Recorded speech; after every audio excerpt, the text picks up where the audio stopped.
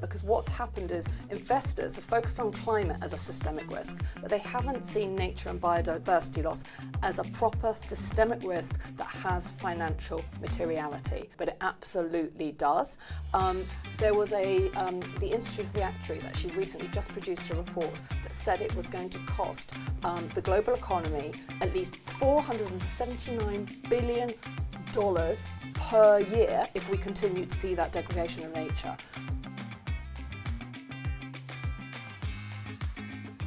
Welcome to Sustainability Wired, the show that brings together peers and colleagues in the sustainability industry to address the opportunities and the challenges that we faced to take on sustainability issues in our investment or corporate decisions.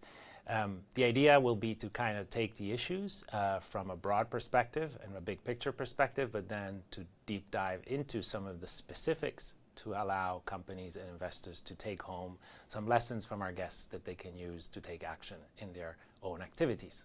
I'm Lorenzo Saa. I'm the Chief Sustainability Officer at Clarity AI, and I've been always excited to offer insights to institutional investors in my 20-plus year career in sustainable finance, and I hope that the show will allow us to do that throughout the conversations with our different guests.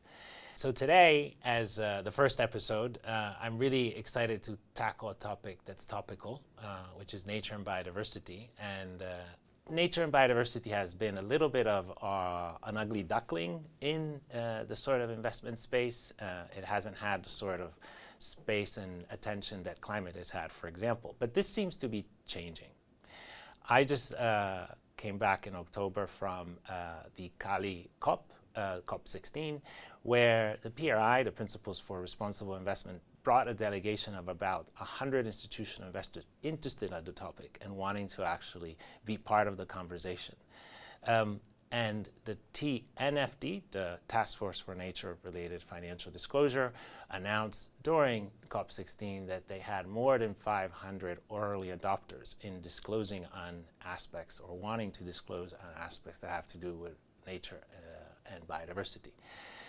So there seems to be a momentum going, but we really asked ourselves at Clarity AI if that was really the case. And so I've done a set of series of around 10 to 20 one-on-one in-depth conversation with institutional investors. And what we're finding is, though there is an initial movement towards looking at the issue, it seems to be more of a tiptoeing than a deep diving. And the questions that I really want to tackle, therefore, is this real? You know, it's the what, is the if and the why investors and companies are looking at nature and biodiversity. And secondly is the what and how, and so how they're actually doing it. So I'm delighted today to have my first guest here at Sustainability Wired, Rose Easton. Hi, Rose. Hi, good morning. Thank you very much for having me today. We're excited, and your background is perfect for the show today. You've had over 25 years of experience in the institutional investment space. You just stepped down as the Chief Responsible Investment Officer at the PRI, and as part of that, you've looked at how to progress institutional investors in a number of different topics, including nature and biodiversity.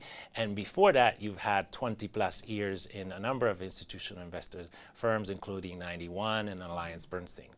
And nature and biodiversity seems to be really this topic you're focusing on. And since you've stepped down, you've been looking at and conversation with investors of how to encourage and to look at and advise the players in the market on what they might be doing on nature and biodiversity. So thanks for being here. So I'm really curious, and as a start, what was your passion? What got you into the sustainable investment field, and why are you here today?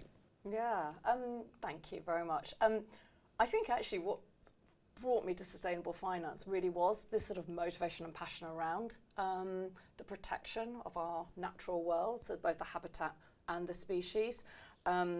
And it really probably was born out of the fact that I was born down on, so I'll tell you a little story. I was born down on the south coast of England, and we used to go on holiday every year to this really beautiful area in Dorset called, it's the Studland Peninsula. And my father, I've got these lovely memories of my father taking me out into the sea, and we would walk through the seagrasses and we'd look for seahorses.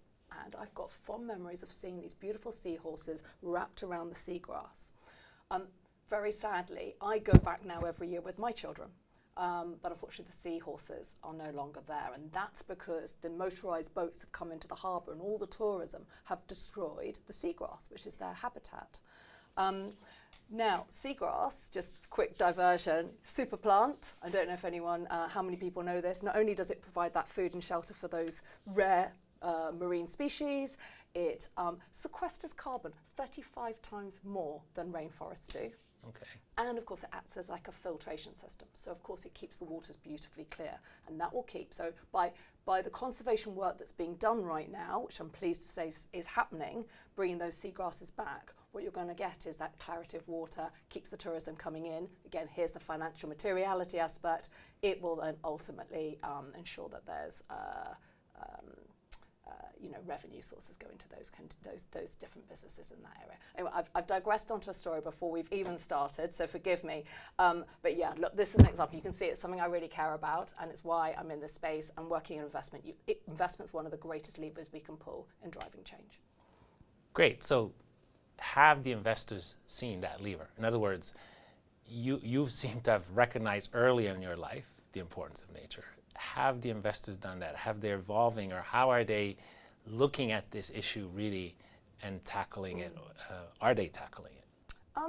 Look, I think they are, but let's just sort of say a couple of things right up front. As you say, it's been the poorest system, because what's happened is investors have focused on climate as a systemic risk, but they haven't seen nature and biodiversity loss as a proper systemic risk that has financial materiality. I just gave a very small example, but it absolutely does. There was the Institute of the Actuaries actually recently just produced a report that said it was going to cost the global economy at least $479 billion per year if we continue to see that degradation of nature. So it really is financial material. But that's a big number. That's a huge number. It is. Can you envision or tell us a bit of an example of a specific case? So Tesla is a great example. So they'd been building out these big gigawatt factories, and they went to Berlin-Brandenburg to build one of those. And just the process of doing that without due care and due diligence actually caused their share price to fall. Why? Because they need water, right? And they were building in an area that already had issues of water scarcity. So you had all the conservationists and the local authorities coming up in arms. It slowed down the process of building that plant. The investor community see that this isn't working very well. The share price falls. They talk to Elon Musk. He just basically says, oh no, it's not an issue. You look at their documents and how they choose their locations. They don't even look at physical risks and location and that sort of data, and even care about nature when they choose their locations. And it's come back and bitten them, because it ultimately caused share prices to fall and lack of, poor sentiment around that stock. Interesting. It seems like Elon is got presence also in the nature debate. But look, maybe getting back to where you were going. So are the institutional investors taking this on? Are there elements that have enhanced the process for which this example you're giving now becomes a bit broader as the tackle the issue that the investors are needing to face? I think asset owners, if I go back actually even before I started the PRI, so what we're saying over 4 years ago, when I was talking to my clients then, biodiversity and nature was a topic that they'd all identified they wanted to do something about. And really not that much has happened, because they'd been waiting, I think, for the finance industry to catch up. And the good news is this is what's starting to happen now. So I think the key things we're starting to see is this understanding by the financial community that this is a financial materiality issue. This understanding that climate change, climate risk and nature are two sides of the same coin, that climate risk drives nature loss, but actually nature loss exacerbates climate change, and I think that's critical. And if that risk needs to be mitigated in portfolios, and the opportunity needs to be recognised for something to be invested in. So that's one thing. The other action we're seeing is lots of different investor initiatives. So you've got some of the stewardship engagement initiatives, such as PRI's Spring or Nature Action 100+. So that's two things. Next, regulation. Regulation is, and those disclosure frameworks are starting to develop. notwithstanding what we've just heard from some of the omnibus proposals.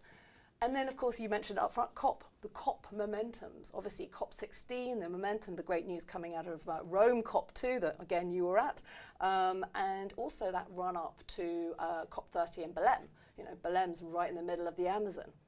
Nature and biodiversity are going to be hot topics. So you know, sorry, my final thing on all of this is I've got a really optimistic view that I think, I'm going to call it here, 2025 is going to be the year of nature. Awesome. Let me slightly challenge that overall optimism by just trying to reflect a little bit about the different things you talked about. You talked about materiality, you talked about action and collective action through initiatives, you talked about basically the role of regulation, and then you talked about momentum. Yes. These seem to be the positive drivers, but we know through a World Bank report, for example, that about 50% of global GDP is dependent and relies on nature. Mm-hmm. But we know that less than a third of investors have structured strategies towards nature. And so my question is, your first point is materiality, but are people really looking at this materiality beyond just seeing it? Are they actually taking action around it? And if so, and if not, what is blocking it? Look, so as I just said, I think that progress is kicking off for some things we've just described, but there's probably, I'd say, 3 key things that are really holding investors back. And actually, these are probably the same things we saw for climate a few years ago. So it's that knowledge and skills gap. So the asset owners, the asset managers, and the investment consultants, importantly, they're all having to play catch up on this subject and really begin to understand it. The good news is, because of all the lessons learned through going through that process for climate change, they can kind of leapfrog this. So they're coming on board, and that knowledge and skills are developing far quicker. That's the first one. Second one is if investors are to be able to really map these risks of their portfolio, they need to have the right data. And there's a data gap. Again, same issues we saw before.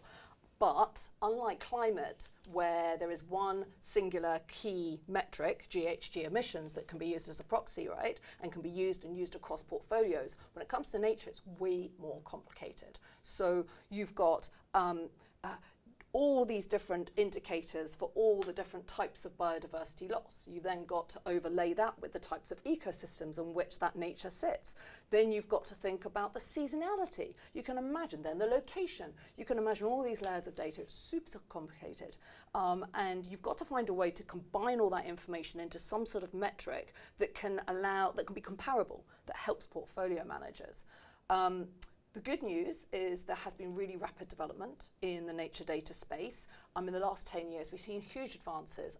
Satellite imagery, the geolocation data that's needed, which is so important, that is now much higher resolution, much better quality. You've then got, and you know about this more than me, you know, the AI large language models. So you've got that increased speed and processing of all of that data. That's going to play a hugely important role in this. And then the third point is around actually having the right vehicles. So what's holding investors from they're not just managing the risks, and you talk about the opportunities of committing capital.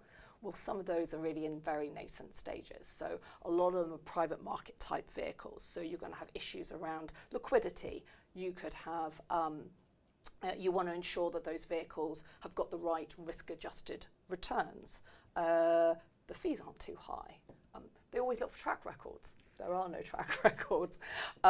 So, you know, and if they want to allocate certain amounts, again, due to those structures, it can be, you know, that you can get restrictions around size. So there's lots and lots of barriers holding investors back that need to be resolved. Yeah, I mean, look, it's interesting because you're talking about vehicles and basically product opportunities also that investors can take on. And what we found very interestingly in the conversation with the investors has been that most of those that we spoke about are looking at this less from a product design, but much more across the portfolio as a risk management tool.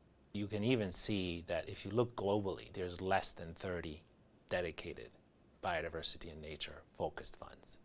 So in terms of, and in their AUM is petty compared to the size of everything else. So when we talk about the opportunity side, and here, I was looking at a UN report that basically says that there's an 8.1 trillion need by 2030 to meet the biodiversity and nature needs.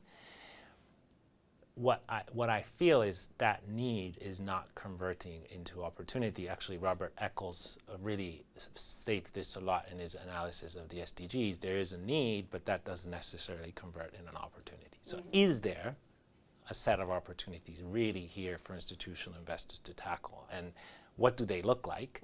And is there a reason, or what are the driver that the investors don't see? Is it the same that we just discussed? Is there something else? I think the most important thing to say is, like it always is, in order for flow of money to happen easily, investors have to be able to either make money from this, or they've got to be able to mitigate their risks. And so this is all around pricing natural capital. Until you can price natural capital, you don't appreciate its value truly. And once you've appreciated its value, you can therefore see the risks on the other side, and money will flow automatically. Great. So look, we know that investors are starting to tiptoe into the risk and the opportunity side, but there seems to be, and this is what I saw in Cali, that there is a movement of these initiatives you mentioned. And there's quite a lot of them. So if you were sitting in an investment house and you're like, should I take one of these or all of these on, what would you recommend an investor to kind of navigate the challenge or the opportunity? Yeah, so look, I think what's helpful actually in some of these stewardship initiatives or different initiatives is they're all actually quite complementary. The idea is they're not overlapping on each other.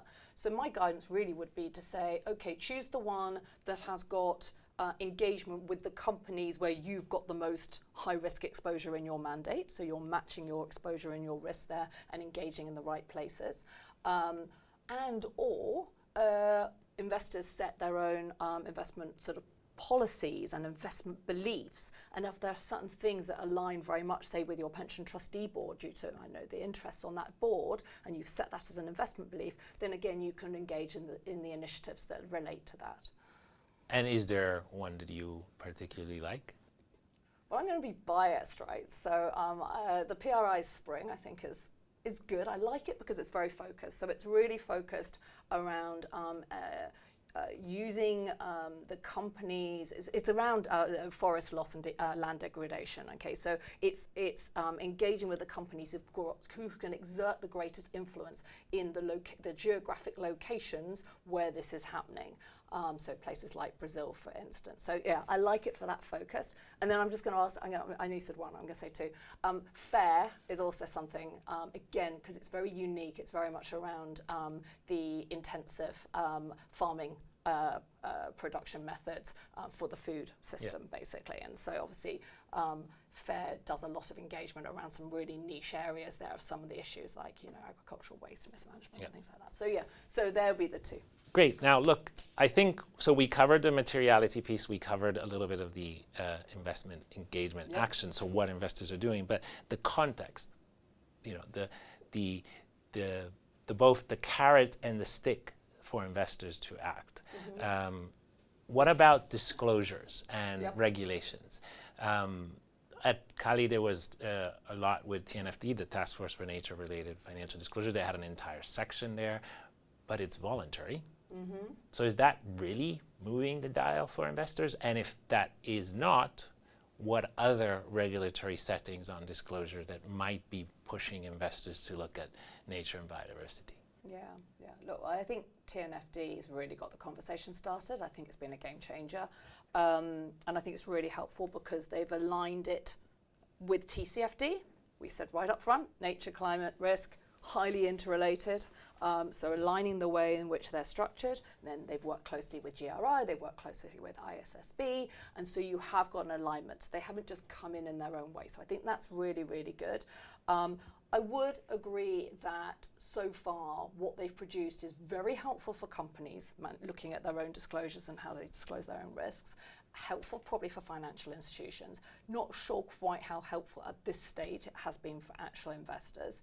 But I think what will push it, and you just touched on this, is making it from being voluntary to mandatory, just like we've seen for TCFD. So that's one thing. But again, to answer your question, what else is out there and that's kind of being the stickers, not just the carrot. So you've already got under SFDR, you've got the PAI number 7, which quite specifically requires disclosure of your and PAI is principal adverse indicator. Yes. Exactly. So that one there is asking for disclosure around any companies that you've got that are negatively impacting on biodiversity and nature. So it's that one. Then we've got the IFRS's ISSB. God, these acronyms. Yes. Corporate reporting. Call out, listen to the Outrage and Optimism podcast back in December, I think it was, or January, where they did all these acronyms. So I'm sorry, Christina Figueres, we're making a poor show of this. Right, IFRS's ISSB, standards 1, that one actually incorporates nature. Standards 2 incorporates climate, but there's within that, as again, nature's an aspect of that, so that's already there. And you've also got the mitigation and adaptation parts of that, which again is going to be nature-based solutions are going to be part of that. Yep. And quite interesting, they're actually on a project, they're working on a project right now on biodiversity, looking at whether there should be an S3, a standard 3, specifically on nature and biodiversity. CSRD is already there, although, given the omnibus changes, I think that's going to really slow down progress for a bit, which is a bit of a shame. And then there's the EU deforestation regulation, which will come into force it's been delayed again, but December 2025, and that's going to require the companies who are trading in those highest risk commodities to really disclose where their sources are, their due diligence on their corporate value chains, etc. So there's a lot there, of course, as there always is with regulation. I think what's been interesting for us on the TNFD has been that when we speak to investors, the disclosure element is not really what's driving them to look at it. However, their risk framework, which is quite sectorial based, is where investors find the TNFD particularly useful. Mm-hmm. And a lot of them are using LEAP Yes. to actually, which starts with locate and evaluate, and they're kind of the LE of LEAP is where a lot of people are really focusing right now. They're not ending the sentence, but at least the progress is there, and that's a lot of where the TNFD seems to impact institutional investors. Yeah. All right, well, look, I think we've had a lot of chats. I'd like you to give me a go in rapid fire questions about nature and biodiversity. So first, biodiversity credits, game changer or greenwashing risk? As much as I think there could be a solution, I do think there's greenwashing risk, right? Because we've said how difficult it is to measure the impact if we haven't got the right metrics. And something like biodiversity, the permanence of any form of carbon sequestration is debatable. So, look, I think it's going to be very hard to certify these carbon credits. So I'm going to say greenwashing risk. Can't say it. TNFD, stepping stone or end game? End game. I really like what they do. I think it's super smart. I love the way they've kind of already had a go at literally trying to map some of these metrics per indicator, per sector. And what I just hope, though, is, as I said earlier, that it does become mandatory like TCFD's done. More impactful, policy pressure or investor engagement with companies? Time's not on our side. Policy. Nature or biodiversity? Oh, well. Okay, can we just get a definition in terms? One isn't all the other. They're not interoperable. People keep using them as. So nature is my answer because biodiversity is a subsection. The natural world is all the habitat, the species, and the ecosystems around it. Biodiversity is the variation of the species within its ecosystem. So it's a subsector. Answer is nature. Great. All right. What I wanted to introduce in these series is a concept of basically handing over the torch. Every single guest that I have will bring forward art concept that is linked to sustainability and judge the previous recommendation and pass on and present and pass on the recommendation that they have in each episode. So obviously Rose is in the first rep in our guest. So what I thought is I could be the first one handing over the recommendation. And in fact, the piece that I have is a music piece of The Four Seasons by Vivaldi, and it's coming from a project. It's called The Uncertain Four Season, which basically has taken on the music of Vivaldi and converted it through using AI to show that the impact that nature and biodiversity and climate change is having on our world, and therefore the music gets altered to show how there'll be greater thunderstorms or greater loss of species, so less birds and less sounds, or that the overall intensity of the music might be slower or harder due to what is going on in our world. So I've loved it, and I think it's a great way to sit there and say, something is wrong as you think about nature and climate. So I'd like to see what Rose thinks about it. Rose, why don't you have a listen? Okay.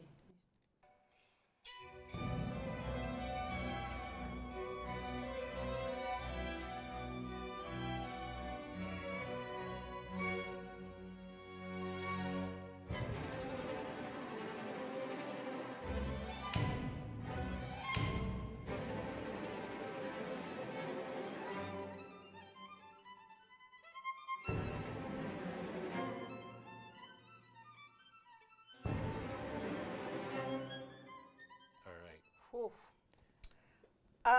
So for me, what you're missing, so if I remember the original right, you're missing that sense of flight, the insect buzzing, the music with the violins in the original. You get this sense of like little birds and insects hovering and flight, you know, when at the beginning of spring, and that lightness, and this has just been replaced by this sort of dirge of thunderstorms, and there's nothing predictable about it, and it's less springy, it's less happy, it's pretty sad. Well, I saw it live in Milan actually, and so it's quite disturbing when you walk out of it. So all right, but so you don't like it, which is good in a way.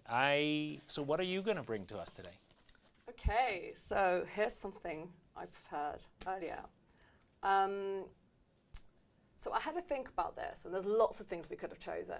But the World Wildlife Foundation, WWF, has actually launched a campaign, and it's called Art for Your World. And they've since done one for oceans as well. And the idea is to unite the art world around the issues of climate change and to really raise attention to it. So what's happening is artists can sort of get on board, and then they can donate pieces effectively into the system, and effectively those participating pieces, when they get sold, will then the proceeds of that get used for certain, they've got about 5 or 6 different key projects, nature and biodiversity projects effectively, that the WWF will go on and fund and do. And one of those actually, which I'm very pleased to see, is the replanting of seagrass around the coastal areas of the UK. There you go. So, around in circles. I know we're going full circle here. It's funny, I didn't quite mean it to be this way, but I couldn't help but pick up on this one. So here is a piece of art that was donated. It's called What the Seagrass Says by Heather Phillipson. And this is a drawing which hopefully you can see has been drawn onto just a piece of cardboard.